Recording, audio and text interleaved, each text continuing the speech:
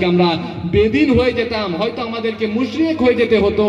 ওনারা যে দীর্ঘ প্রচেষ্টা করেছেন, অনেক মেহনত করেছেন, এখান থেকে আপনার কোথায় দক্ষিণ দিনাজপুর, এখান থেকে আপনার মালদা, মুর্শিদাবাদ, এগুলো সব গরুর গাড়ি করে গিয়ে গিয়ে হেঁটে হেঁটে গিয়ে গিয়ে ওখানে গিয়ে মানুষকে দিনের পথে আহ্বান করেছেন যে বাবা তোমাদেরকে নামাজ পড়তে হবে, তোমাদেরকে মাথায় টুপি দিতে হবে, তোমাদেরকে ইসলামিক লেবাস পরতে হবে, এক আল্লাহ তোমরা পথে আসো, রসুলকে তোমরা মানার মতো মানো।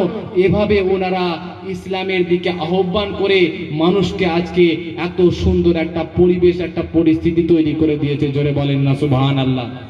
তাহলে আমরা সে হযরত মাওলানাদের দলে, কথা বুঝতে পারলেন?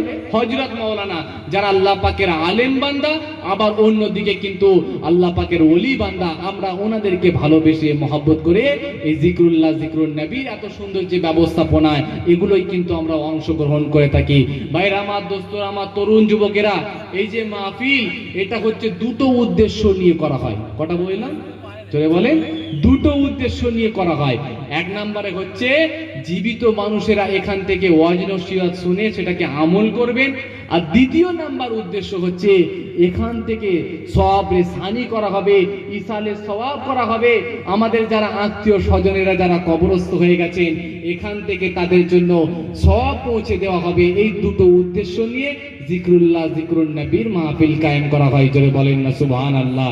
ভাইরা আমার, দোস্তরা আমার, তরুণ যুবকেরা, আপনারা জানেন আমার দাদুজান পীরনগরী হুজুর কেবলা, আপনারা শুনেছেন না? মায়াপুর পীরনগর দরবার শরীফ, আমার দাদুজান পীরনগরী হুজুর কেবলা, উনি যখন ইন্তেকাল করেন, ওনার বয়স হয়েছিল প্রায় 117 বছর। 117 বছর মতো বয়স হয়েছিল। জিনার জানা যায় প্রায় 13 থেকে 14 লক্ষ মানুষ, প্রচুর মানুষের সমাগম ঘটেছিল।